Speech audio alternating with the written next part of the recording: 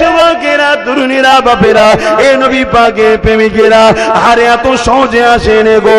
আল্লাহ নবী আর একদিকে অজ্ঞানে পড়ে রইল, আর নবী পাকের প্রথম সাহাবীটা একদিকে অজ্ঞানে পড়ে রইল। এমন সময় তামিল গোত্রের মানুষেরা দেখা যায় আমার ওই রাসূলের সাথীটাকে, ওই যুবকটাকে তুলে নিয়ে নিজের ঘরে নিয়ে গেল, তার আম্মার কাছে পৌঁছে দিল। কিন্তু বাবারা, মারা, এতিম নবীটাকে কেউ তুলল না। নবী আমার একা কাবার জমিনে অজ্ঞানে পড়ে রয়ে গেল। আরে কখনো কি দিল কাঁদে না যে নবী আজ জমিনে, মক্কার জমিনে, আজ মদিনার জমিনে তোমার আমার জন্য কাঁদে? ইয়া রাব্বি হাবলি উম্মতি উম্মতি, কখনো কি দিল কাঁদে না? সেই নবীর দ্বীনের বিরুদ্ধে যাও কি করে? সেই নবীর দ্বীনকে যারা মিটায় তাদের গুণগান গাও কি করে? সেই নবীর দুশমনদের ঝান্ডা ধরে ঘুরে বেড়াও কি করে? এ যুবকেরা, পরিবর্তন হয়ে যাও গো। নিঃশ্বাসের কোনো বিশ্বাস নাই, আজ আজকাল চলে যাবে। ওই খবরের জমিনকে ভেবে দেখো এবং ময়দানে মাসের কথা ভেবে দেখো। যেদিন মাথার এক ব্যক্তি খেলা এক হাত উপরে আল্লাহ সূর্য নামিয়ে দেবে, যেদিন মানুষ নাফসি নাফসি করতে থাকবে, যেদিন মানুষ নিজের খামেতে সাঁতার কাটতে থাকবে, ওই দিনে মানুষের কি দশা হবে? আল্লাহ নবীর বর্ণনা শুনে সাহাবা হুজুররা কাঁদতে লাগলেন। ওই জায়গাতে হযরতে মাওলা আলী ছিল। ইয়া রাসূলুল্লাহ, হাবিবাল্লাহ, এই কঠিন দিনে আমাদের কি হবে? আল্লাহ নবী কি বলেছিল? ও আলী, চিন্তা করো না, তুমি আমি হাসান হোসেন ফাতেমা আল্লাহ পাকে আরশে আজিমের পরে জান্নাতি খানা খাবো। এ যুবকেরা, তরুণেরা, তাহলে তোমার আমার কি হবে? তোমার আমার কি হবে? তোমার আমার কি হবে? চিন্তা করার কোনো কারণ নেই তাদের জন্য যারা নিজের জানের থেকে নবীকে ভালোবাসে, যারা নিজের জানের থেকে হাসান হোসেনকে ভালোবাসে, যারা নিজের জানের থেকে আহলে রাসূলদের ভালোবাসে, যারা নিজের জানের থেকে নবীর পেয়ারা সাহাবাদের ভালোবাসে, তাদের কোনো চিন্তা নাই। কেননা হযরত আলী বলেছিলেন, ইয়া রাসূলুল্লাহ, হাবিবাল্লাহ, আমাদের গোলামদের কি হবে উপায়? যারা দুনিয়ার জমিনে আমার হোসেনের জন্য লড়ে, যারা আমার হাসানের জন্য লড়ে, যারা আমি আলীর জন্য লড়ে, খাতুনে জান্নাতের জন্য লড়ে, সাহাবাদের জন্য লড়ে, ইয়া রাসূলুল্লাহ, ইয়া হাবিবাল্লাহ, তাদের ওই দিন কি হবে? আল্লাহ নবী বলেছেন, আল মারউ মা মান হাব্বা।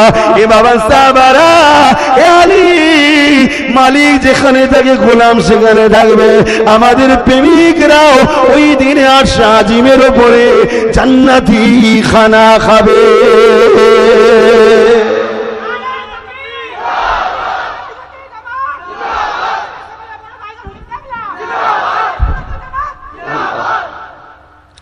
আহারে দুনিয়া জমিনে আমার নবী পাকের একটা প্রেমিকের কথা বলি শোনেন। আল্লাহ নবী মদিনা নববী শরীফে বসে আছেন, সাহাবা হুজুরগণ বসে রয়েছেন। এমন সময়তে এক একজন সাহাবা হুজুররা আল্লাহ নবীকে এক একটা বিষয় শোনাতে লেগেছেন। কেউ বলছে, ইয়া রাসূলুল্লাহ, হাবিবাল্লাহ, আমার মনে হয় দিন রাত শুধু নামাজই পড়ে যাব।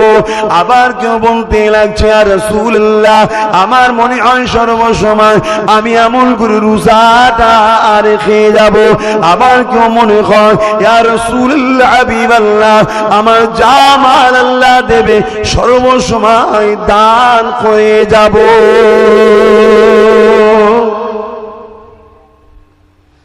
এক একজন সাহাবা এক একটা নিজের কথা শোনাচ্ছে।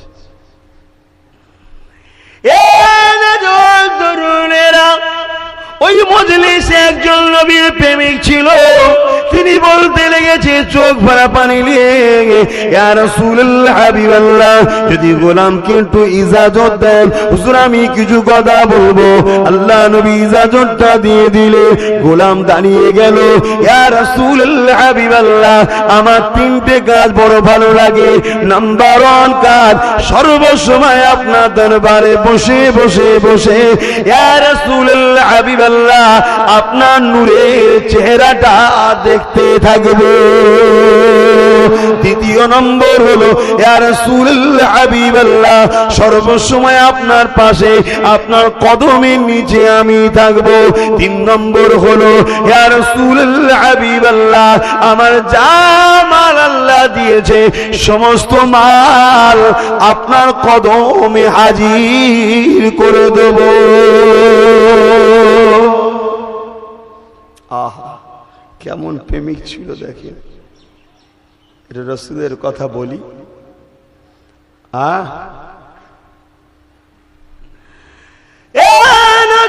তরুণেরা, আল্লাহ নবীকে যারা প্রেম করেছে, কিভাবে প্রেম করেছে, নবীকে কিভাবে ফলো করেছে দেখে শিক্ষা নিয়ে বাবারা, নওজোয়ান তরুণেরা, আমার আম্মা বোনেরা শুয়ে রেখে দেয়। এ নবী পাকের প্রেমিকেরা উহুদের লড়াইয়ের ময়দানেতে এমন করে সাহাবা হুজুর অনেক শহীদ হয়ে গিয়েছিল। আল্লাহ নবী দান্দা মোবারকটা শহীদ হয়ে গিয়েছিল। এমন সময় গুজব একটা উঠে যায়, আল্লাহ নবী নাকি শহীদ হয়ে গেছে। সাহাবা হুজুররা তরোয়ালটা ছেড়ে দিল। নবী আমার যখন চলে আসে, আর দুনিয়া থেকে কি করব, এই সময় খবরটা চতুর্দিকে ছড়িয়ে যায়। এক মহিলা এমন করে ময়দানে দিয়ে ছুটতে লেগেছে, এমন করে বেঈমান কুফারেরা, বেঈমান কাফেরেরা তখন বলতে লেগেছে এই মহিলাকে, এ মেয়ে, তোমার স্বামী পুত্র শহীদ হয়ে গেছে। ওই মহিলা বলেছিল, এটা আমি শুনতে চাই না, বলো তো বলো আমার দয়া নবী কেমন আছে।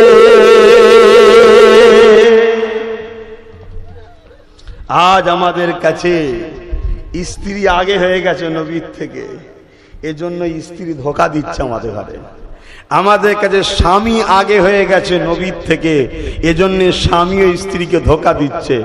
আমাদের থেকে আছে বাপ মা আগে হয়ে গেছে নবীর থেকে, ওই জন্য বাপ মাও এক ছেলেকে এক নজরে আর এক ছেলেকে আর এক নজরে দেখছে। আমাদের কাছে সন্তান আগে হয়ে গেছে রসুলের থেকে, এজন্য সন্তানরা মা বাপকে আর ভাত দেয়নি। আমাদের কাছে ধন দৌলত আগে হয়ে গেছে নবীর কাছ থেকে, এজন্য ধন দৌলত আমাদেরকে জাহান্নামে টেনে নিয়ে যাচ্ছে।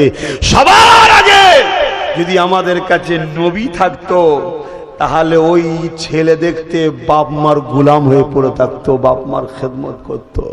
শুনছেন বাপ, ছেলে আগে নয়, মেয়ে আগে নয়, রসুল আগে আপনাদের কাছে।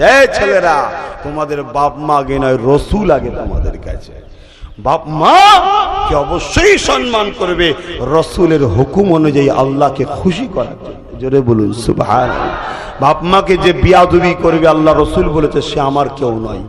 তাহলে রসুলকে যে ভালোবাসে সে যখন বাপ মাকে কষ্ট দিতে পারবে? পারবে না। কেন? বেকার হয়ে যাবে।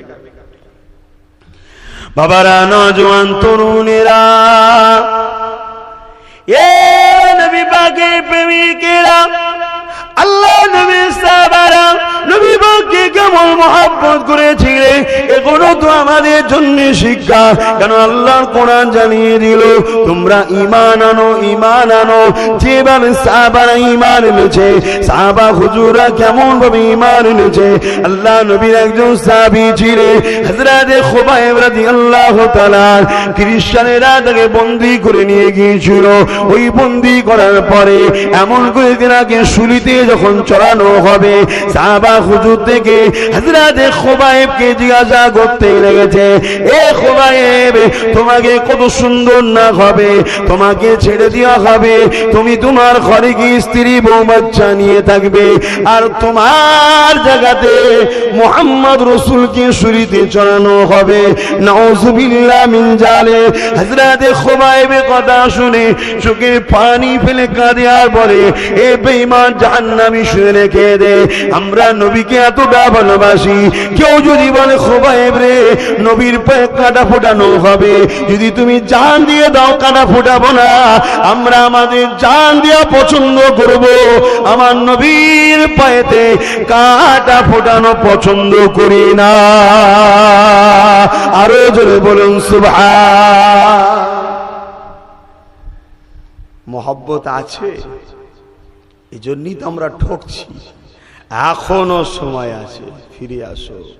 সংখ্যায় কখনো ইমানদাররা কামিয়াবি হয়নি, ইমানে ইমানদাররা কামিয়াবি হয়েছে। সংখ্যায় যদি হতো তাহলে বদরেই মুছে যেত।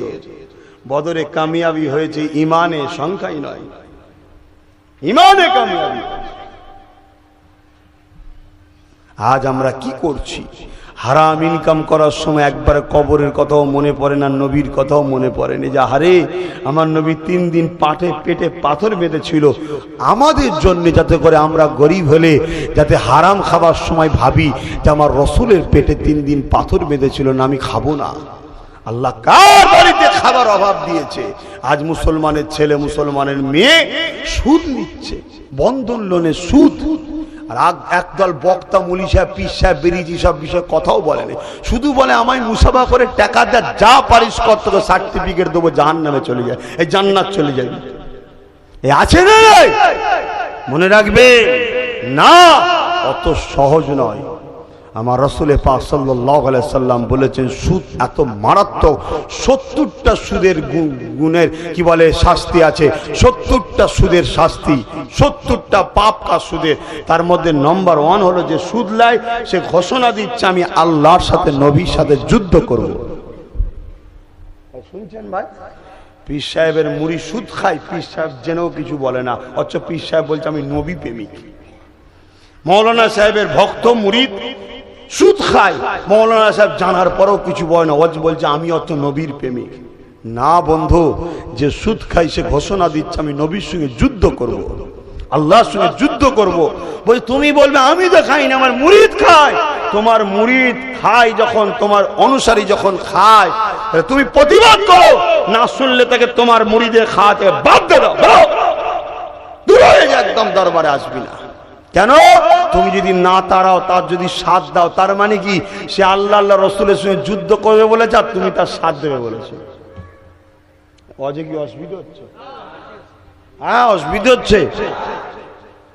ইসলামটা শেষ হয়ে গেল বাপ, মানতে পারিনি আলাদা কথা, যে আল্লাহ করে উঠতে পারিনি, কিন্তু ইসলামটাকে মিটিয়ে দিওনি।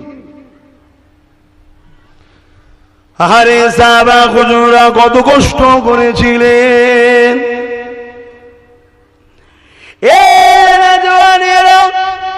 আল্লাহ নবী দুনিয়া জমি এখন দিন ইসলামের দাওয়াতটা দিলেন। মক্কার কুফারেরা এমন করে দেখা যায় আল্লাহ নবীকে কাবা শরীফের সামনে বেইজ্জতি করেছিলেন গো, অপমান করেছিলেন গো।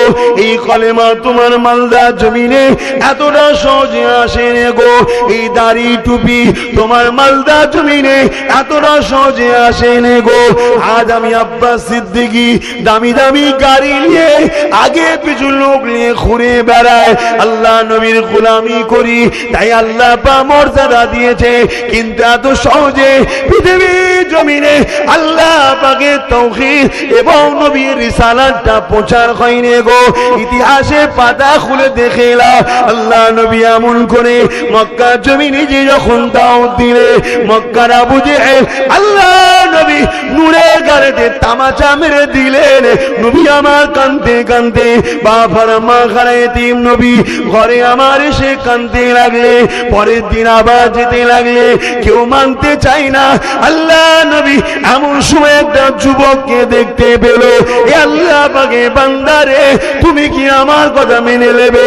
কেউ তো আমার কথা মানছে না। ওই যুবকটা বলেছিলে, এ আব্দুল্লাহর বেটা মুহাম্মদ, কি কথা আপনি বলে? আল্লাহ নবী বলেছিলেন, লা ইলাহা ইল্লাল্লাহ আনা মুহাম্মাদুর রাসূলুল্লাহ। আল্লাহ ছাড়া কোনো ইলাহ নাই, আল্লাহ ছাড়া কোনো মালিক নাই, আল্লাহ ছাড়া কোনো রব নাই, আল্লাহ ছাড়া কোনো প্রভু নাই, আর আমি মুহাম্মদ আল্লাহ পাকের প্রেরিত নবী রাসূল মেনে নেবে কিনা? এই কথা না শুনে যে সময় কেউ মানে না, নবী বিরোধী করেছিল, ওই সময় তুই যুবকটা কোনো প্রশ্ন না করে আল্লাহ নবী নূরের হাতের দিকে হাতটা বাড়িয়ে দিয়ে ইমানের নূরে কালেমা পড়ে রাসূলের দ্বীনে প্রবেশ করে।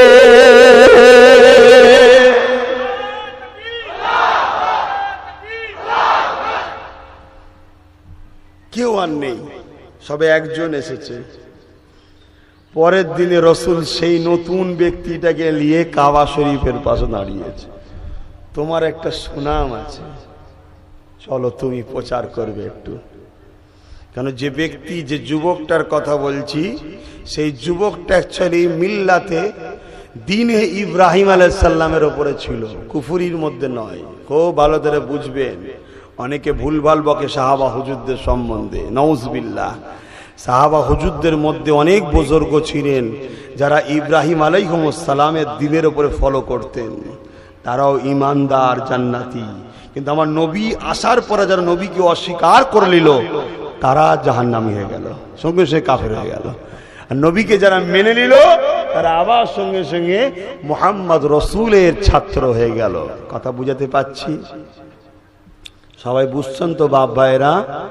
একটু সরাসরি দেবেন, তাহলে জানবো যে ঠিক আছে।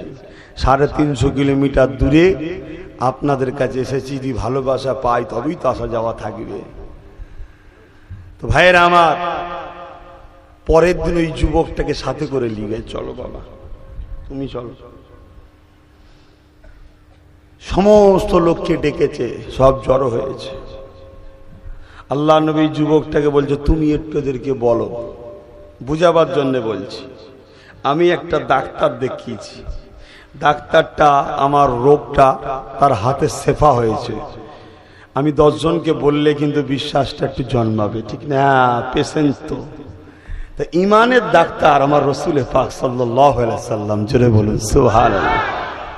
তো একজন চিকিৎসা করে ভালো হয়েছে, তাই বলছে তুমি বলো তো ওদেরকে। তিনি দাঁড়িয়ে বলছে, মক্কার মানুষরা তোমরা আমাকে কোন নজরে দেখো? সবাই বলছে তুমি খুব ভালো, তুমি খুব সৎ, আমাদের মতো তুমি খেল তামাশা হট্টগোলের মধ্যে থাকো না, তুমি খুব ভালো। তো ভালো যখন, আমাকে যখন বিশ্বাস করো, তাহলে আমি বলছি শোনো, আশহাদু আল্লা ইলাহা ইল্লাল্লাহ ওয়া আশহাদু আন্না মুহাম্মাদান আবদুহু ওয়া রাসূল, লা ইলাহা ইল্লাল্লাহ মুহাম্মাদুর রাসূলুল্লাহ। মেনে নাও তোমরা। বাবারা শুনে রেখে দেন, এত সহজে ইসলাম আসেনি গো। যে কথাটা বললো সঙ্গে সঙ্গে তারা পাথর তুলতে লাগলো।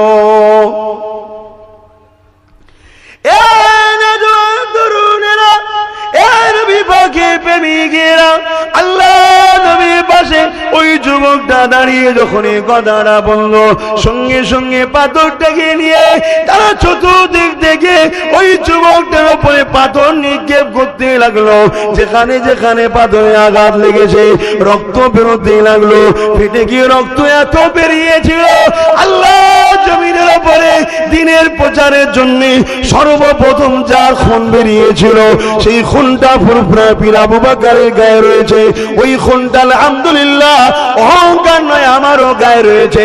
তাই বলে দিয়ে যায় বাবারা, ইসলামের ওপরে থাকো গো, ইসলামের বিরোধী করো না গো। ইসলাম বিরোধী দেখলে সহ্য হয় না গো, কেননা খুন কখনো বিট্রে করে না, খুন সর্বসময় কথা বলে। কাবার জমিনে রক্ত ভেসে গেল, বাড়ির উপরে রক্ত পড়তে লাগলো, অজ্ঞান চৈতন্য কাবার পাশে পড়ে গেল। ওই দিনে বেঈমান নিষ্ঠুর পাষাণেরা আল্লাহ নবীকেও ছাড়েনি, আল্লাহ নবীর উপরে আঘাত করেছিল গো। নবী পাকের শরীর মুবারক দিয়ে রক্ত ঝরতে লাগলো গো। এই যুবকেরা, তরুণেরা, বাপেরা, এত সহজে টুপি আসেনি গো, এত সহজে দাঁড়িয়ে আসেনি গো, এত সহজে কোরআন পাওনি গো, এত সহজে নামাজ মসজিদে হয়নি, এত সহজে তোমার গ্রামে কলেমা আসেনি, এত সহজে তোমার গ্রামে মাওলানা আসেনি, এত সহজে তোমার গ্রামে হাদিস আসেনি। এ যুবকেরা, এ নবী পাকের প্রেমিকেরা, আজ তুমি আমি আল্লাহ দিনকে ছেড়ে দিয়ে গানের মধ্যে ব্যস্ত, জুয়ার মধ্যে ব্যস্ত, জিনার মধ্যে ব্যস্ত, মদের মধ্যে ব্যস্ত, ব্যবসা দুনিয়ার মধ্যে ব্যস্ত। এই যুবকেরা শুনে রেখে দাও, তোমাকে আমাকে আল্লাহ সৃষ্টি করেছে, কিছু একটা কাজ দিয়েছে গো, ওই কাজটা করতে হবে। তাম পৃথিবীতে সবাই মিলে উঠে পড়ে লেগে আল্লাহ নবীর দিনকে মিটাতে চাইছে, তুমি আমি আমি যদি রাসূলের প্রেমিক হই তাহলে প্রমাণ দেখাও নবীর দ্বীনের জন্য লড়ো, প্রমাণ দেখাও নবীর দ্বীনের আদর্শের জন্য লড়ো। যারা লড়াই করতে চাইবে সর্বপ্রথম কাজ হবে নিজেকে নবীর সুন্নাত অনুযায়ী গড়া, সেই প্রকৃত নবীর দ্বীনের জন্য লড়ে। তারপরে কাজ হবে নবীর সুন্নতের প্রচার করা, তারপরে কাজ হবে যারা নবীর দ্বীন নিয়ে ভুল বোঝায় তাদের বিরুদ্ধে সত্যটাকে সমাজের গায়ে তুলে ধরা। এ যুবকেরা, তরুণীরা, বাপেরা, এ নবী পাকের প্রেমিকেরা, আরে এত সহজে আসেন গো। আল্লাহ নবী আর একদিকে অজ্ঞানে পড়ে রইল, আর নবী পাকের প্রথম সাহাবীটা একদিকে অজ্ঞানে পড়ে রইল। এমন সময় তামিল গোত্রের মানুষেরা দেখা যায় আমার ওই রাসূলের সাথীটাকে, ওই যুবকটাকে তুলে নিয়ে নিজের ঘরে নিয়ে গেল, তার আম্মার কাছে পৌঁছে দিল। কিন্তু বাবারা, মারা, এতিম নবীটাকে কেউ তুলল না। নবী আমার একা কাবার জমিনে অজ্ঞানে পড়ে রয়ে গেল।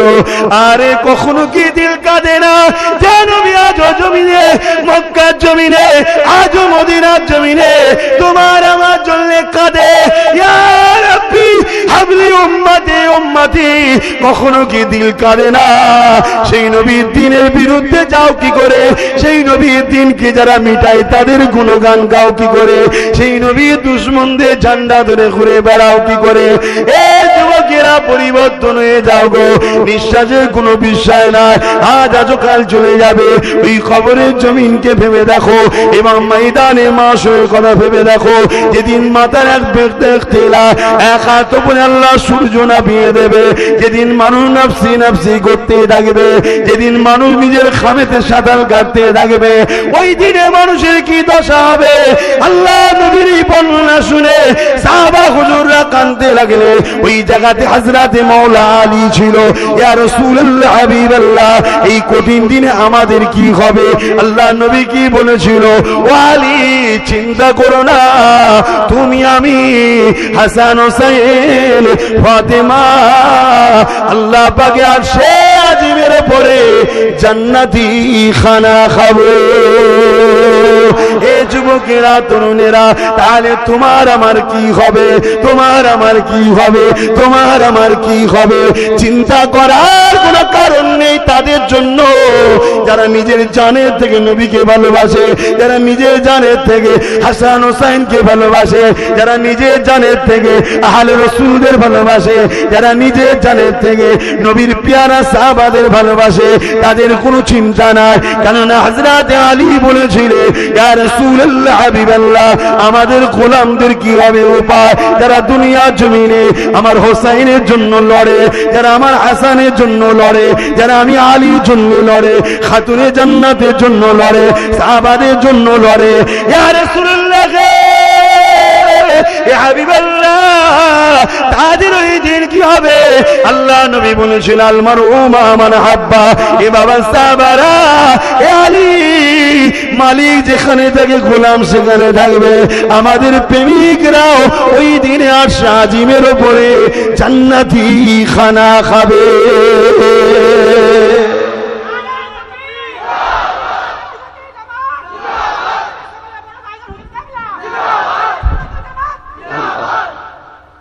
তুমি ভালোবাসো? হ্যাঁ ভালোবাসি। শুধু স্লোগানে প্রেম হয় না, কখনো রাত্রিরে বালিশে মুখ দিয়ে একা কেঁদেছো নবীর জন্য? কখনো তোমার দিল একা যখন থাকো নবীর কথা মনে পড়ে? বা কখনো তুমি একা বসে বসে ওয়াজ শুনছো নবীর প্রেমের, তোমার চোখ দিয়ে পানি গড়ায়? কখনো কারবালার ওয়াজ শুনলে ইমাম হোসেনের জন্য দিল কাঁদে, চোখ দিয়ে পানি বেরোয়? যদি বেরোই তুমি নবীর প্রেমিক, চিন্তা করোনি তুমি বেড়া পার হবে। আর শুধু স্লোগান দিয়ে ঠেলে নিয়ে চলে যেত না, ধান্দাবাজি বন্ধ করতে হবে। এ ধান্দাবাজি চলবে না। কেন দিল কা মামলা আল্লাহ জানে, ঠিক না বেটি? তুমি দুনিয়ায় হয়তো কিছু কাঁচা পয়সা ইনকাম করে নেবে, দুনিয়ার মানুষ হয়তো তোমাকে আব্বাস সিদ্দিকী আশিকে রসুল বলে হ্যান ত্যান বলে তোমায় নিয়ে চলে যাবে। দুনিয়া কদিনের? আজ দ্বিতীয় জলসাটায় যেতে পারবো কি কোনো গ্যারান্টি নেই, তার আগেও মৃত্যু হয়ে যেতে পারে, ঠিক না বেঠিক? টাইম আমার 11টা পর্যন্ত, বাজে 10টা 5। আর কিছুক্ষণ বলবো না, দোয়া করে দেবো। এই 11টা পর্যন্ত আমি বাঁচবো কি কোনো গ্যারান্টি নাই, 5 হয়েছে 10 পর্যন্ত থাকবো কি কোনো গ্যারান্টি নাই। কিসের এত নেশা, কিসের এত বেখেয়াল যুবক? এ যুবকরা, তোমাদের জন্য আর গুনগুনোর জন্য আজ করছি। আল্লাহ কারে আমার বাপেরা বসে থাকবেন, দোয়া করেন। আপনারা তো আমার বাপ দাদাদের সঙ্গে ছিলেন, আল্লাহ কারে ভালো মানুষ আপনারা। তোমাদের জন্য আজ করছে আর গুনগুনোর জন্যে। টিভি নিয়ে, গান নিয়ে, মোবাইল নিয়ে, সিনেমা নিয়ে, পার্ক নিয়ে ঘোরার জায়গা তোমার আমার জন্য নয়। অন্য কেউ খুঁজছে না খুঁজছে, আমাদের দেখা দরকার নেই। কেন তোমার আমার জন্য আল্লাহ 8টা জান্নাত তৈরি করে রেখেছে। আমার যুবক বান্দারা, আমার যুবতী বান্দিরা, তোদের জন্য তো জান্নাত বানিয়েছে। আয়, জান্নাত যেতে চাস? হ্যাঁ আল্লাহ চায়। যা আমার নবীর কদমে যা, যা ওখানে যা, যে ওখান থেকে নিজেকে আলো কর, পাক কর, পবিত্র কর। কেন আমার পাক জান্নাতে নাপাক শরীর ঢুকবে না। কিভাবে পাক করতে হয় সব ওখানে দিয়ে দিয়েছি, ওখানে চল যা, আমাকে পাবি নি তোরা। ওখানে যা, ওখান থেকে যে সবকিছু শিখে নিয়ে জান্নাতে ঢোক। জান্নাতে ঢোকার পরে 70,000 পর্দা সরিয়ে দিয়ে আমি তোদেরকে সালাম দেবো, তখন পাবি। জোরে বলুন সুবহানাল্লাহ, আরো জোরে। হাই হাই হাই হাই, আজকে ইফতার পার্টির নামে রসুলের সুন্নাতকে নিয়ে খেলা হচ্ছে না হয়নি? হ্যাঁ, কারা করছে? আমরা মুসলমানরা করছি, করছি না করিনি? কথা বললে বেজার হবেন নাকি? বেজার হলে চলে যাব তাও ভালো, কিন্তু মিশতে আমি রাজি নই। কেন? আমার জলসা আমার রেজেক নয়, রেজেক আমার আল্লাহ, জলসা আমার রেজেক নয়। এতগুলো মানুষ বসে আছেন, সব জলসা করেন নাকি? খাওয়া হয় না? হয় না? কে খাওয়ায়? তাহলে সেই আল্লাহ আমার জন্য যথেষ্ট। তিনি যাকে ভালোবাসে, আমি তিনাকে প্রেম করি, ভালোবাসি, তিনাকে খুশি হয়, তিনি খুশি হয়ে যাবে। এটা রাসূলের সুন্নাত। এই সুন্নাতটাকে যদি কোনো কুকুরের মাথায় দিয়ে হয়, ভালো লাগবে? জোরে বলেন। প্রতিবাদ হবে না? হবে না? কিন্তু আজ কুকুরের থেকেও একদল খারাপ মানুষ আছে না নাই? উলাইকা বালুহুম আদাল, কোরআনে আছে না নাই গো? চতুষ্পদ জন্তুর থেকেও নিকৃষ্ট একদল মানুষ আছে না নাই? তাদের মাথায় আজকাল টুপি দেখা যাচ্ছে, একদল মেয়েদের মাথায় টুপি। ইফতার পার্টির নামে ইসলামকে বিকৃত করা হচ্ছে না হয়নি? এ নিয়ে প্রতিবাদ কোথায়? এ নিয়ে ইমামদের মসজিদে প্রতিবাদ কোথায়? এ নিয়ে বক্তাদের জলসায় প্রতিবাদ কোথায়? এ নিয়ে পীর সাহেবদের মুরিদদের কাছে প্রতিবাদ কোথায়? তুমি কথা শুনছেন না শোনেননি? তোমার রাসূলের সুন্নাত মুজাদ্দিদ জামান দাদা হুজুর রাহমাতুল্লাহ আলাইহি তার ওসিয়াতনামায় লিখে দিয়েছে, দাড়ি, টুপি, জুব্বা, পাগড়ি নিয়ে কেউ যদি তুচ্ছ তাচ্ছিল্য করে কাফের হয়ে যাবে। কেন? আমার রাসূলের সুন্নাতে গুণ। জোরে বলুন সুবহানাল্লাহ। আজকে সেই সুন্নাত লে কি হচ্ছে? হ্যাঁ, সম্প্রীতি একে বলে না, একে ভণ্ডমি বলে, একে দালালি বলে, ইসলামকে মিটাবার নাম বলে। আসো না বাপ, সব সময় মানুষ মানুষের সঙ্গে মিশবে, ঠিক না বেটি? সব সময় দরজা খোলা আছে। আমি আব্বাস সিদ্দিকী কোনো অমুসলিম ভাইদের সঙ্গে দেখা করতে গেলে আমার কি টুপি খুলতে লাগবে? যদি কোনো জায়গায় টুপি খুলে যেতে হয়, ওই যাওয়াটাকে 100 বার ধিক্কার জানায়, আমি যেতে রাজি নয়, ঠিক না বেটি? তুমি আসো না, কে মানা করেছে? তোমার মতো করে আসো, কিন্তু দোষ তো তাদের নয়, দোষ তো আমার কওমের একদল মুনাফিকদের। তারা আমাদের সেজামান নবীর দিনকে মিটাচ্ছে। আগেকার সময়েতে অনেক মসজিদে, অনেক খানকাতে, অনেক বড় বড় জায়গাতে 70-60 বছর, 30 বছর, 40 বছর ধরে ইমামতি করেছে, পীর মুরিদি করেছে, ধর্মীয় শিক্ষা দিয়েছে। বড় বড় সব ইহুদি খ্রিস্টান আলেমরা মুসলমান সেজে ঢুকে বসছিল। আজকের দিনে আছে না নাই? জোরে বলুন, আছে না নাই? তাহলে আমাদেরকে ভাবা দরকার আছে না নাই?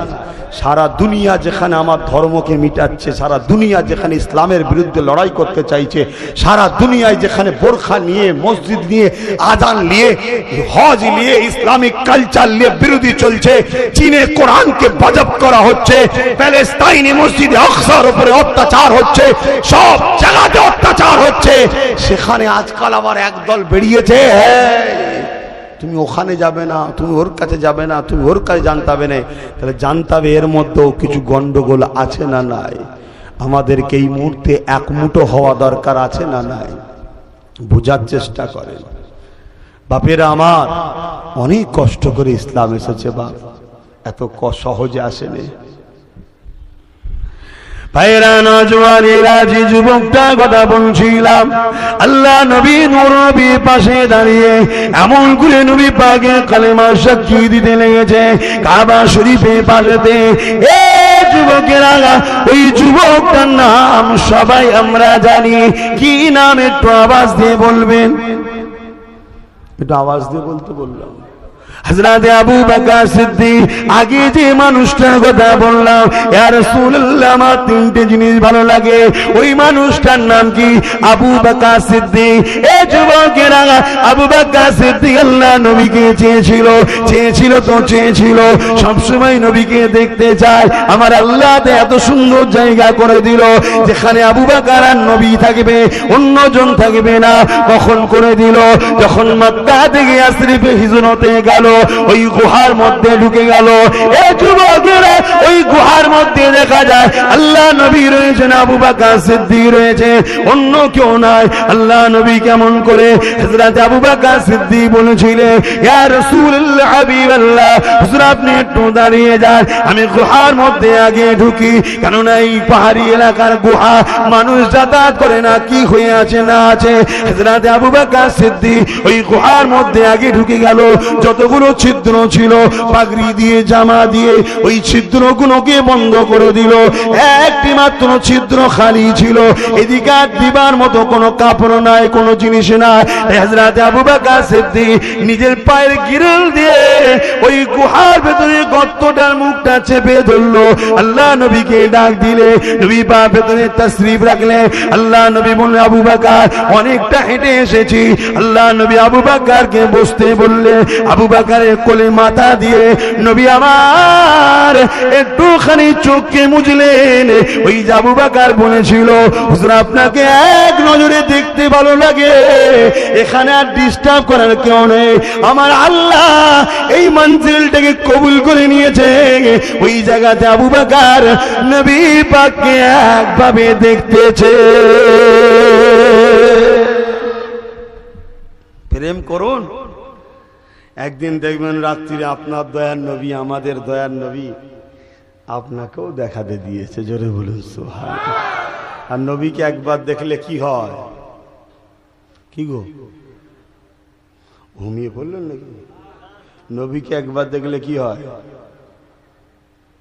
7টা জাহান্নামের আগুন হারাম হয়ে যায়। হা হা, কি চেহারা, চেহারার বরকত কত, যাকে একবার দেখলে 7টা জাহান্নামের আগুন হারাম হয়ে যায়। আপনিও দেখতে পেয়ে যাবেন, কপাল খুলে যাবে। বাপেরা, নওজোয়ান তরুণেরা, এ নবী পাকের প্রেমিকেরা, আল্লাহ নবীর দিবানারা, মনে রেখে দেবেন, জিন্দেগিটা একটা রাস্তায় কাটাতে হবে। লাকাদ কানা লাকুম ফি রাসূলিল্লাহি উসওয়াতুন হাসানা। আপনার জীবনের প্রতিটা মুহূর্ত নবী পাককে মডেল হিসাবে ফলো করতে হবে। নবী আমার যা করেছে তোমাকে আমাকে তাই করতে হবে। নবী আমার যা নিষেধ করে দিয়েছে ওইগুলো তোমাকে আমাকে ছেড়ে দিতে হবে। এ যুবকেরা, তরুণেরা, বাপেরা, আল্লাহ নবী নূর নবী দয়া নবীকে কতটা মহব্বত করেছিলেন দেখে। দ্বিতীয় নম্বর বলেছিল, ইয়া রাসূলুল্লাহ, হাবিবাল্লাহ, সর্বসময় আপনার কদমের কাছে থাকতে চায়, এই জিন্দেগিটা আপনার কদমের কাছে কাটাতে চায়। আমার আল্লাহ পাক ওই আশা কবুল করে নিল। হযরত আবু বকর সিদ্দিক সম্বন্ধে আল্লাহ নবী জানিয়ে দিয়েছিলেন, আমি ইন্তেকালের পরে আমার আবু বকরকে যখন ইন্তেকাল হয়ে যাবে, আমার কদমের কাছে, আমার পায়ের কাছে, আমার পাশে তাকে দাফন করে দেবে। চাওয়ার মতো চেয়েছে, মানার মতো মেয়েছে, দেখুন কবুল হচ্ছে। আর একটা কি বলেছিল? কি গো, তিনটে জিনিসের কথা, আর একটা কি বলেছো? ও শুনছেন তো নাকি? থাক, আর আলোচনা করে লাভ নেই। কেন আপনারা মনে হচ্ছে কষ্ট হচ্ছে গরমে। আর একটা কি চেয়েছিল? মাশাআল্লাহ, মারহাবা, আলহামদুলিল্লাহ। এতগুলো মাজমার মধ্যে, এতগুলো সামিঈনের মধ্যে একটা ছেলে যদি আজকে প্রতিজ্ঞা করে নেয় যতদিন বাঁচবো নবীর জন্য, যেদিন মরবো নবীর জন্য, আব্বাস সিদ্দিকের এই ওয়াজটা তাহলে সার্থক হবে। একটা ছেলে হাত তুলে বলতে পারবেন, যুবক, যে আমি প্রতিজ্ঞা করছি যতদিন বাঁচবো রসুলের জন্য? একটা ছেলে? মারহাবা, আলহামদুলিল্লাহ। হাত তো সবই উঠে গেল, আল্লাহ কবুল করেন, বলুন আমিন। এ হাত যদি সত্য হয় তাহলে আজকে দুটো কথা শিখিয়ে দিয়েছি। একটা হচ্ছে, যেখানেই থাকো আজান মসজিদে হলে সেজদার জন্য তৈরি হও। কেন? আমার রসুল নামাজকে সব থেকে বেশি ভালোবাসতেন। কে ভালোবাসতেন? আমার নবী ভালোবাসতেন। রাত জেগে জেগে সেজদায় পড়ে থাকতেন। নবীর স্ত্রীরা বলতেন, হুজুর আপনি তো বেগুনা। আল্লাহ নবী বলছে, আমার প্রাণের স্ত্রীরা, তুমি কি চাও না আমি আল্লাহ শুকরগুজার বান্দা হয়ে উঠি? জোরে বলুন সুবহানাল্লাহ। আমাকে বড় ভালো লাগে আমার আল্লাহর কুদরতি কদমে মাথা দিতে। যুবক আর বোনেরা দূরে আছো, শোনো, যখন কোন যুবক আর যুবতী সেজদা দেয়, বয়স্কদের জন্য মেসেজ নয়, যুবক আর যুবতীদের জন্য, এটা আল্লাহ দিয়েছে, আমি কি করব? আপনারাও তো একদিন যুবক ছিলেন, আর আমার মায়ের একদিন যুবতী ছিলেন, ঠিক না বেটি? যখন তারা ওই বয়সে সেজদা দেয়, আল্লাহ বলে, ফেরেশতারা কি করছে? আল্লাহ জানে সব। ফেরেশতাদেরকে শোনাতে চাইছে। কেন? ফেরেশতারা বলেছিল, মনে আছে যে আল্লাহ এদেরকে তৈরি করুনি, এরা ঝগড়া করবে। ঠিকই বলেছে, ভুল তো কিছু বলেনি, কিন্তু আল্লাহ কেন তৈরি করছে? এমনও বান্দা আছে যারা সর্বসময় আল্লাহর জন্য দিবানাও হয়ে আছে। জোরে বলুন সুবহানাল্লাহ। তাই আল্লাহ পাক যখনই কিছু হয় বলে, ফেরেশতা ওরা কি করছে রে? ওই যুবক আর যুবতীটা, ও আল্লাহ, সারা দুনিয়া ঘুমোচ্ছে, এখন বাজে রাত 2:30 কি 3টে, শুনছেন? উঠেছে, উজু করেছে, আপনার কুদরতি কদমে মাথা ঢুকে দিয়েছে। জোরে বলুন সুবহানাল্লাহ। দিয়ে বলছে, সুবহান রাব্বিয়াল আলা, আল্লাহ আপনি পবিত্র। আমার আল্লাহ বলে, ফেরেশতারে তোরা সাক্ষী থেকে যা, আমি ওই বান্দা বান্দি গুলোকে আমি আল্লাহ পবিত্র বানিয়ে দিলাম। আল্লাহ তারা বলে, আলা আপনি মহান। আমার আল্লাহ বলে, ফেরেশতারে ওই বান্দা বান্দি গুলোকে আমি আল্লাহ মহান বানিয়ে দিলাম। তাহাজ্জুদের নামাজ, বুঝতে পারছেন? পারবে না? সকাল সকাল উঠে ঘুমিয়ে পড়বে, সকাল সকাল খেয়ে দে, 3টে 3:30 সময় উঠবে, উঠে গভীর রাত্রে মাথা নত করে দেবে, দিয়ে চোখের পানি ছেড়ে বলবে, আল্লাহ সবাই ঘুমাচ্ছে, তুমি কিন্তু ঘুমাওনি। আমি আসামি তোমার কাছে এসে গেছি, অনেক ভুল করেছি খোদা, সিনেমা দেখেছি, গান শুনেছি, যাত্রা দেখেছি, কত কি করেছি, সব জানে। আমার মা যদি জানতো আমাকে ঘর থেকে বার করে দিত, তুমি জেনে কিন্তু বার করে দেওনি। আমার বাপ যদি জানতো আমাকে তাড়িয়ে দিত, তুমি জেনে কিন্তু আমায় তাড়িয়ে দিওনি।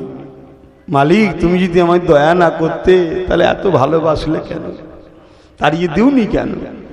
আমার বিবি যদি জানতো আমার সঙ্গে ঘর করতো না, আমার স্বামী যদি জানতো আমাকে তাড়িয়ে দিত, এমনও পাপ জিন্দেগিতে করে ফেলিছি আল্লাহ, এখন মাথা নত করে দিয়েছি, ভুল হয়ে গেছে, খোদা মাফ করে দাও।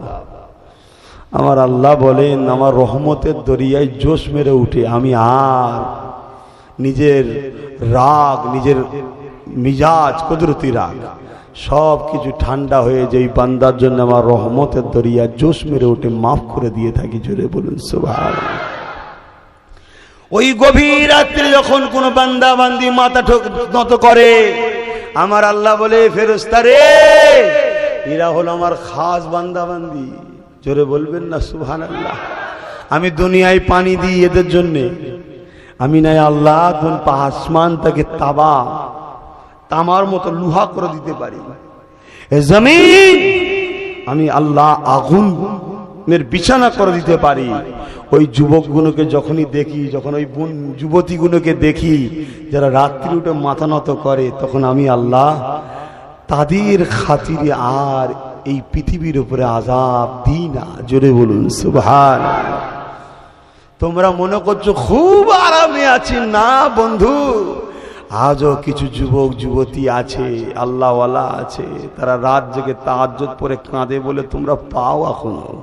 আর ঘুরিয়ে ফিরিয়ে তাদের কি আবার একদল লোক গাল দেয়, আবার আছে না নাই? খুব সতর্ক হও। দরুদ শরীফ আল্লাহুম্মা সাল্লি আলা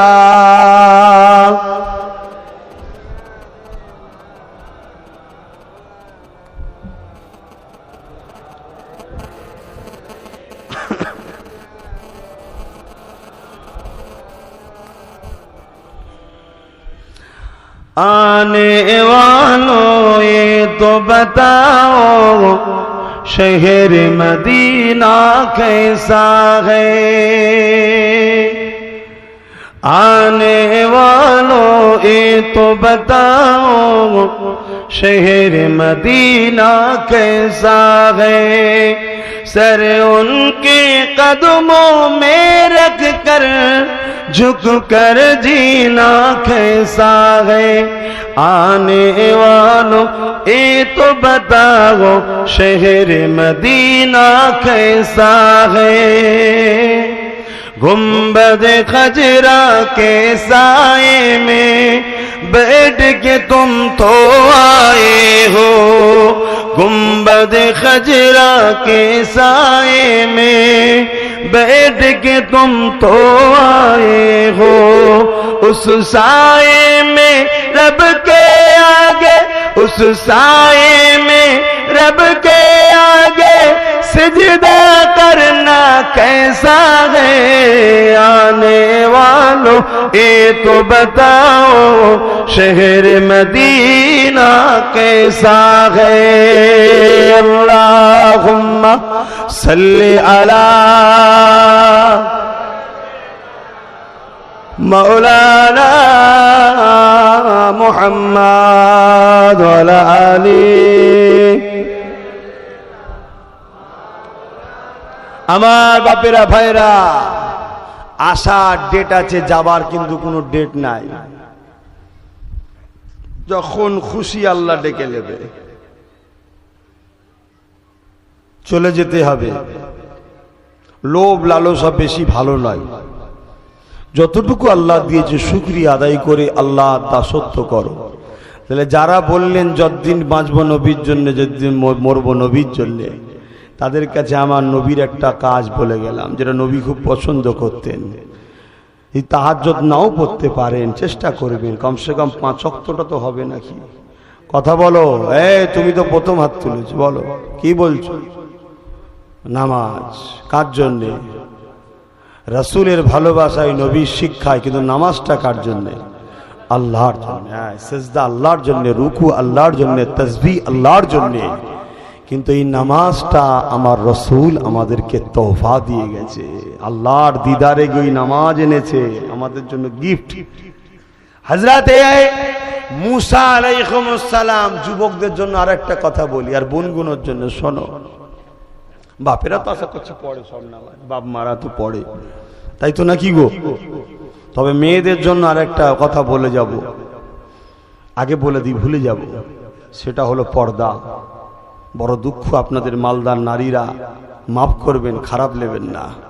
প্রত্যেকটা বাপকে বলে যাচ্ছি, প্রত্যেকটা ভাইকে বলে যাচ্ছি, স্বামীকে বলে যাচ্ছি, একটা নারী যখন জাহান্নামে যাবে 3 জনকে সাথে করে নিয়ে যাবে, 3টে পুরুষকে সাথে করে জাহান্নামে নিয়ে যাবে। তোমরা শোনো। কি ওয়াজ করবো না বাদ দেবো? দাওয়াত হবে তো? আর দাওয়াত না হলে খাবো কি? এটা অনেকে মনে করে ওই জন্য বলছি, অনেকে মনে করে আহা আল্লাহ অহংকার থেকে আমাকে বাঁচাক, কেন অহংকারের ধ্বংস হাতে নাতে হয় আর জালিমের বিচার হাতে নাতে হয়, এই দুটোকে আল্লাহ দুনিয়াতেই ফল দেয় না, অহংকার না। আমি নিজেকে মনে করি আমি মুহাম্মদ রসুলের গোলাম, তাই গোলাম যখন আমার তো একটু পাওয়ার থাকবে না কি গো, হ্যাঁ এই থাকবে না থাকবে না, হ্যাঁ তাই আমি মনে করি আমার জুতোই যা আছে পৃথিবীর সব থেকে শ্রেষ্ঠ ধনী বা রাজা যেই হোক না কেন, যার দিলে নবী নেই, তার থেকে আমার জুতোর ধুলোর দাম অনেক বেশি, আমি মনে করি। এটা অহংকার না, এটা গোলামের মর্যাদার কথা ভাবি, তাই খারাপ লিখছেন নাকি? হ্যাঁ আমি স্টাইলে চলি, তাই আমি ভাবি এ কায়নাতকে আল্লাহ খাওয়াই, রেজেকের মালিক আল্লাহ, কিন্তু তামাম কায়নাতে আল্লাহ দেয়, মুহাম্মদ রসুলের দরবার থেকে বন্টন হয়। জোরে বলুন সুবহানাল্লাহ। আর একটু জোরে হবে, এটা মানেন আপনারা? এ মানেন? হাত তুলে বলুন মানেন আপনারা? আলহামদুলিল্লাহ। বেশক রেজেকের মালিক আল্লাহ, রেজেকের মালিক কে? আল্লাহ, কিন্তু ডাইরেক্ট তোমার আমার কাছে আসে না। আমার যেমন ভারতবর্ষে খাদ্যমন্ত্রী আছে, জানেন না, বুঝাবার জন্য বলছি, কিন্তু সেটা তোমাদের এলাকা কন্ট্রোল থেকে বা বিভিন্ন বিডিও অফিস থেকে এলাকায় মাল সাপ্লাই হয়, আসে অন্য জায়গা থেকে, তো সবকিছু মালিক আল্লাহ, কিন্তু ওটা ডাইরেক্ট আসে শহরে নবাবিতে, মদিনা শরীফ আমার রসুলের রওজা মুবারক নবীর দরবারে আসে, ওখান থেকে তামাম কায়নাতে বন্টন হয়। কথা বুঝে আসছে? তাহলে আমার রসুলের দরবার থেকে বন্টন হয়ে যদি আমার দেশের প্রধানমন্ত্রী খেতে পায়, আমার রাজ্যের সিএম খেতে পায়, মোস্তফা জানে রহমতের একটা গোলাম পাবেন, হতে পারে? হ্যাঁ হতে পারে। এবারে কারো মাথায় ঢুকবে ওরাও তো ভালো খায় না, খারাপ খায় কেন? ওরা শুধু তো দুনিয়ায় খাচ্ছে, খাক না, তোরা তো অনেক জায়গায় খাবি, ওই জন্য রসুল তোদের জন্য বেঁচিয়ে রেখে দিয়েছে। জোরে বলুন সুবহানাল্লাহ। কি কথাটা খারাপ নিলেন নাকি? একজনের কাছে 100 টাকা আছে, সেই দিয়ে একদিন খায়, ভালো মন্দ হবে তো, আর ওই 100 টাকা নিয়ে একজন 10 দিন ধরে খাচ্ছে, তো রোজ তো ডাল ভাতই হবে, তো তুমি কি চাও একদিনই খেয়ে শেষ করে দেবে নাকি? কেউ একদিনে খাচ্ছে, খাক না, তোমার অসুবিধা হচ্ছে কেন?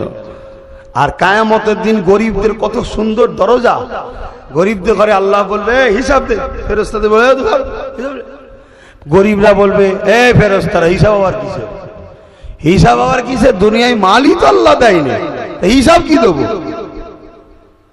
মালই নেই তো হিসাব কি দেবো? তাহলে গরিবদের দরজা কত দেখুন। জান বড় লোকদের ঘরে যে ধরুন অনেক বড় বড় বাড়ি গাড়ি ছিল, সব ছিল, ওইগুলোকে ধরুন, আমাকে তো ছিল না, কি দেবো? আল্লাহ বলবে ফেরেশতা কি বলছি ওরা? আল্লাহ জানেন না, জানেন না, সব ফেরেশতাদের শোনাচ্ছে যে আমি বান্দাদেরকে কত ভালোবাসি, দেখ ও আল্লাহ, ওরা বলছে তুমি নাকি দুনিয়া ওদেরকে মালই দিওনি, তো হিসাব কি দেবে বলছে। আল্লাহ বলছে ঠিকই বলেছে, তো তুমি দুনিয়ায় মাল দিইনি, এই মাল দিইনি বলেই দুনিয়ায় 70 বছর ধনীরা মজা করেছে, আর গরিবদের ঘরে 500 বছর আগে জান্নাতে দেবে। জোরে বলুন সুবহানাল্লাহ। 70 আর 500 কত কি হলো? 430 বছর এক্সট্রা আরাম পাবে গরিবরা। শুনছো তো? একটু না হয় ডাল ভাত জুটেছে কপালে, একটু নাই সাইকেলে করে যেতে হয়, তা কি হয়েছে? অমনি সুদ নিতে হবে? হ্যাঁ, অমনি তুমি লাইনে দাঁড়িয়ে গেলে, জানা রে বউ বাচ্চা বেটি সব বার করে দিচ্ছে, যা যা লিয়াই লিয়াই, তওবা তওবা, হাই হাই হাই। যে খাতুনে জান্নাত, আহা, দিনকে দিন না খেয়ে থাকতো, তথাপি বলতো আল্লাহ ফাতেমা আপনার উপরে খুশি। জোরে বলুন সুবহানাল্লাহ। আর আমাদের ফাতেমা গুলো কি করছে?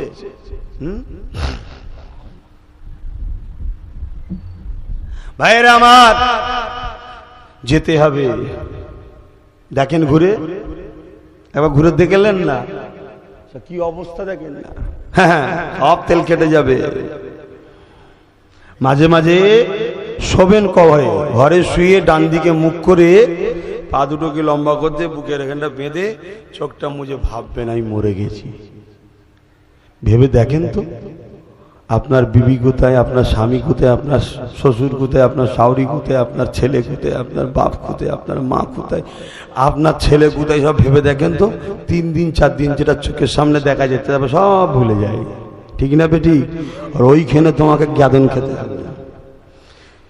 ওইখানে একবার করে মারবে 70,000 বা 70 ফুট নিচুই নেমে যাবে, আবার তুলে আনবে, বিকট চিৎকার করবে কবরে।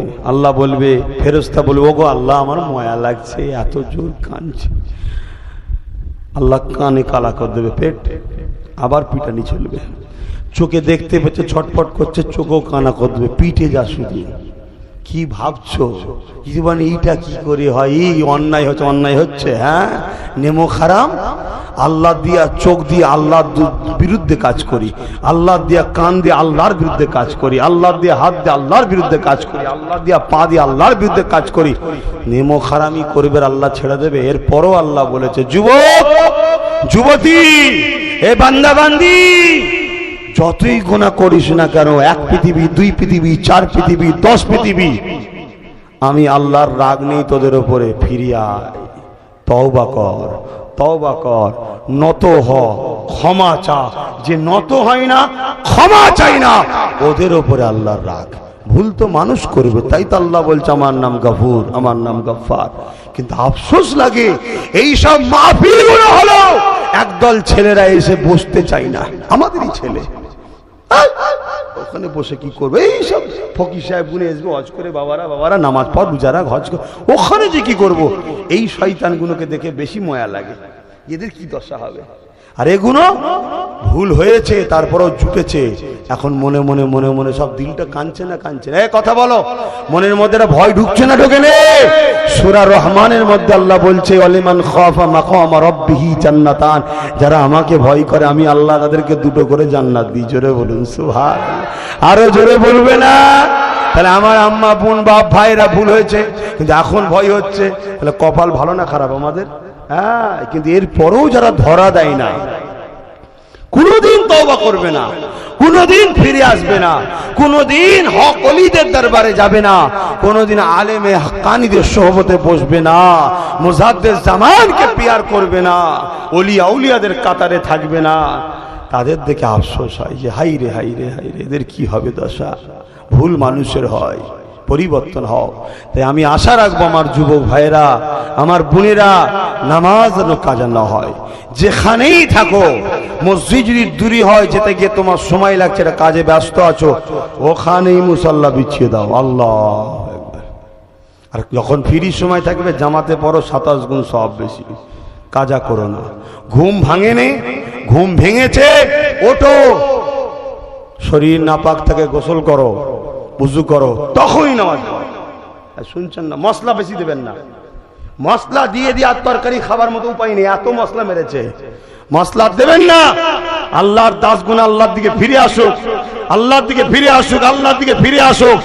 একদিন দেখবেন টাইমে চলে যাবে। এখন টাইম পার করে যাচ্ছে, একদিন টাইমে চলে আসবে। মশলা দিয়ে দিয়ে সব শেষ। হযরতে মুসা আলাইহিস সালাম একদিন যাচ্ছে, আর একটা লোক বসে বসে বলছে, আল্লাহ আমি তোমায় খুব ভালোবাসি, আমি তোমায় পেতাম, তোমার মাথায় তেল দিয়ে দিতাম, তোমার চুল আঁচড়ে দিতাম, তোমায় একটু কাকুই করে দিতাম, তোমার চুলে বেনি করে দিতাম। মুসা আলাইহিস সালাম তো রেগে লাল, হাঁকার মেরে। এগুলো বলা যায় আল্লাহ সম্বন্ধে? এগুলো বলা যাবে? এ তো শিরকি কথা। আল্লাহর সঙ্গে কোনো জিনিসের শরীক চলে না। হ্যাঁ, কি বলছিস তুই? সে তো হতভম্ব হয়ে গেছে। কি হয়েছে? তুই তো শিরকি কথা বলছিস। তুমি কে বলছো? আমি মুসা নবী। হ্যাঁ, হুজুর আমার ভুলে গেছে। একদম থরথর করে কাঁপছে, আর কোনো কথা হয় না, পুরো চুপ। ঝোঁক দিয়ে পানি বেরিয়ে যাচ্ছে। আল্লাহ পাক আওয়াজ দিয়ে বলছে, মুসা রে কি করলি তুই? আল্লাহ, ও সেরে কি কথা বলছিল, তাই রাগ করেছিস? বলছো জবানটাই বন্ধ করে দিলি, তার কথাই বলছে না, ও তোর কথাই বলছে না। তোকে তো পাঠিয়েছে আমার বান্দাগুলোর সঙ্গে জুড়তে, তুই এমন কাজ করলি, আমার বান্দা তো ভয়ে আর কথাই বলছে না। ও যেটাই বলুক প্রেমে বলছিল, ও জানে না যে এই কথাগুলো বললে গুনাহ হবে, তাহলে বলতো না। ও কিন্তু আমায় ভালোবেসেই বলছে, ওর ওই কথাটাই আমার ভালো লাগছিল। জোরে বলেন সুবহানাল্লাহ, আরো জোরে বলে। ফজর বেলা ইচ্ছা করে তার কাজা করেনি, ঘুম ভাঙেনি। মানুষ রক্তে গোস্তে তৈরি, বেঘর ঘুমোচ্ছে, ক্লান্ত শরীর খাটাখাটনি করে ঘুমিয়ে উঠেছেন 9টায়। বান্দা তো ইচ্ছা করে করেনি, শুনছেন না শোনেননি? তখনই উঠুন, পাক পবিত্র হয়ে গোসল করে উজু করে তখনই নামাজ পড়েন। খোদা আমার ঘুম ভাঙেনি, আপনি আমাকে তৌফিক দেন না আপনার ফজরের টাইমে পড়ার। একদিন দেখবে আল্লাহ আপনাকে আপনার করে নেবে। শুনছেন তো আমার যুবকরা? আমি তোমাদের ঘরে বলছি, আমার যুবকগুলোকে খবরদার নামাজ কাজা করো না। আমার বোনগুলো, তোমাদের পীরের বাচ্চা, তোমার নবীর খানদানের ছেলে বলে যাচ্ছি। আল্লাহ রসুল বলেছেন, মিশকা শরীফের হাদিস, আব্দুল্লাহ ইবনে ওমর থেকে রায়াত, কিয়ামতের শেষ দিন পর্যন্ত পৃথিবীতে দুটো যদি কুরাইশ বংশের বাচ্চা থাকে, দুজনের মধ্যে একজনের হাতে ইসলামের ঝান্ডা থাকবে। সেই কুরাইশ বংশের বাচ্চা বলে যাচ্ছি সিদ্দিক আকবরের খুন, হযরতে আলী হুজুরের সঙ্গে আমাদের সম্পর্ক। ইতিহাস পড়ুন, ইতিহাস পড়ুন। অনেকে বলে হযরত আলীর সঙ্গে আবু বকরের নাকি ঝগড়া ছিল, নাউজুবিল্লাহ বলেন। আপনারা শুনেছেন কি জানেন এরকম কথা? অনেকে এরকম ফেতনা লাগায় যে এক সাহাবার সঙ্গে আর এক সাহাবার নাকি ঝগড়া ছিল, এসব শুনেছেন নাকি? খবরদার, এসব ফেতনায় কান দেবেন না, মৃত্যুকিরা। এই বিষয়ে একটা ছোট্ট কথা বলবো। হযরত আলী আর হযরত আবু বকর হুজুরের কত ভালোবাসা, এটা বলবো, একটু শুনে রাখেন, কারণ ফেতনা যদি ঢুকে যায় তার আগে ওষুধটা দিয়ে যায়। অ্যান্টিভাইরাস আগে থেকে মেরে রাখতে হয় শরীরে। আহা, একদিন হযরতে আলী হুজুর প্রতিদিন সিদ্দিক আকবর হুজুরকে সালাম দেয়, বড় হয় সালাম দেয়। একদিন হঠাৎ করে আবু বকর সিদ্দিক দেখছে সালাম দিচ্ছে না। শুনছেন আমার কথা? কষ্ট হচ্ছে দূরের ভাইদের, খুব ভালো করে শোনো, তাদের মধ্যে কি প্রেম! ওহ, তারা জান্নাতি, জান্নাতীরা তো প্রেম থাকবেই। আহা, একদিন হযরতে আলী হুজুর আবু বকর সিদ্দিককে দেখলো কিন্তু সালাম দেয়নি। পরের দিনে হযরতে আবু বকর সিদ্দিক বলল, কি ব্যাপার সালাম দিল না কেন? হয়তো দেখতে পায়নি, বেশারে চলে গেছে। পরের দিনে আবার দেখছে সালাম দেয়নি। ভাই এদিকে শোনো, এই ছেলেরা তোরা রংমং করিসনি, মনে দিয়ে চলে এসেছে। 3 দিনের দিনে হযরতে আলী হুজুর আবার আবু বকর সিদ্দিককে সালাম দেয়নি। হযরত আবু বকর হুজুর ভাবলো কিছু ভুল করেছে, আমার ভাই কষ্ট পেল নাকি আমার উপর, আমার কাজ কামে। চলো নবীকে যে বলি, দরবারে যে বসেছে একসাথে। হযরত সিদ্দিক আকবর দাঁড়িয়ে গিয়ে বলে, হুজুর বিয়াদবি নেবেন না, একটু কথা বলবো। বলো। কথা বলতে গেলে ইজাজত লাগে, আদবগুলো শিখুন। আমরা নবী নয়, আমরা নবীর ওয়ারিস। আমাদের সঙ্গে কথা বলতে গেলে ইজাজত দিয়ে কথা বলতে হয়। হুজুর ইজাজত দেন যদি কথা বলতে পারি, ইজাজত দিলে বলবে না, বলবে না, এটা শরীয়তের মসলা বলছি। হযরত আবু বকর সিদ্দিক ইজাজত চাইলেন রাসূলের থেকে, হুজুর আমাকে ইজাজত দেন, আমি কি একটু কথা বলতে পারি? বলো। হুজুর আমার ভাই আলী সবসময় আগে সালাম দিত, এই 3 দিন হলো আমাকে সালাম দিচ্ছে না, আগে আমি সালাম দিচ্ছি, দেখে চলে যাচ্ছে। আমার কি কোনো কথাবার্তা কাজে আমার ভাই কি অসন্তুষ্ট হয়েছে, কষ্ট পেয়েছে? হুজুর আপনি তো আমাদের বীজখানে রয়েছেন, একটুখানি সমাধান করে দিন। আল্লাহ নবী বলে, আলী উঠো। হযরতে আলী উঠে দাঁড়িয়ে রাখলেন, ইয়া রাসূলুল্লাহ, হাবিবাল্লাহ, আমার জানমাল আপনার কদমে কুরবান হয়ে যাক। তুমি বললে কি, তোমার ভাই বলছে তুমি নাকি সালাম দিও না, কি ব্যাপার? বলছেন, হুজুর বিয়াদবি নেবেন না, আমি গত 3 দিন আগে রাত্রিরে ঘুমিয়েছি, তাহাজ্জুদের সময় খবে দেখছি আমি যেন আল্লাহর জান্নাত ঘুরছি। জোরে বলুন সুবহানাল্লাহ। আর একটু বলেন না। এমন সময় দেখলাম জান্নাতে একটা কি সুন্দর চেয়ার রয়েছে, সিংহাসন, হিরে মতি জহরত দিয়ে সিংহাসন রয়েছে। আমি ফেরেশতাদের জিজ্ঞেস করলাম, ফেরেশতা এই কাদের জন্য এটা, এই চেয়ারটা কার? বলছে, দুনিয়ায় যে আগে সালাম দেবে তাকে আল্লাহ এই সিংহাসনের মালিক বানাবে। জোরে বলুন সুবহানাল্লাহ। হুজুর আমি আমার ওই সিংহাসনটা আমার বড় ভাই আলী যাতে পায়, এজন্য আমি, এই আবু বকর যাতে পায় এজন্য আমি সালাম আগে দিইনি, যাতে ভাই আমাকে আগে সালাম দেবে আর ওই সিংহাসনের মালিকটা আমার ভাই হবে। জোরে বলুন সুবহানাল্লাহ। আরো জোরে বলেন। এনাদের মধ্যে হিংসা ছিল। আহা, এটা গেল একটা দিক। আর একটা হাদিস বলি শোনেন, হযরতে আয়েশা সিদ্দিকা রাদিয়াল্লাহু তাআলা আনহা আমার নবী পাকের আহলিয়া, আর হযরত আবু বকর সিদ্দিক হুজুরের মেয়ে। একদিন আব্বা আর মেয়ে ঘরের মধ্যে রয়েছে, একা পেয়ে মেয়ে বাপকে জিজ্ঞেস করছে, আব্বা আমি একটা কথা প্রায় জিজ্ঞেস করব আপনাকে, ভাবি প্রায় জিজ্ঞেস করবো কিন্তু সুযোগ পাইনি। কি কথা? আপনাকে দেখেছি যে মজলিসে হযরতে আলী থাকে, খুব ভালো করে শুনবেন, যে মজলিসে হযরতে আলী থাকে রাদিয়াল্লাহু তাআলা, ওই মজলিসে আপনি যখনই বসেন এক নজরে সর্বসময় হযরত আলীর দিকে তাকিয়ে থাকেন। কারণটা কি? হযরতে সিদ্দিক আকবর বলছে, এই আমার বেটি শোনো, আমি দয়াল নবীর জবান মুবারক থেকে নিজের কানে শুনেছি যে আল্লাহ আমার আলীকে এত মাকাম দিয়েছে, যদি কেউ আলী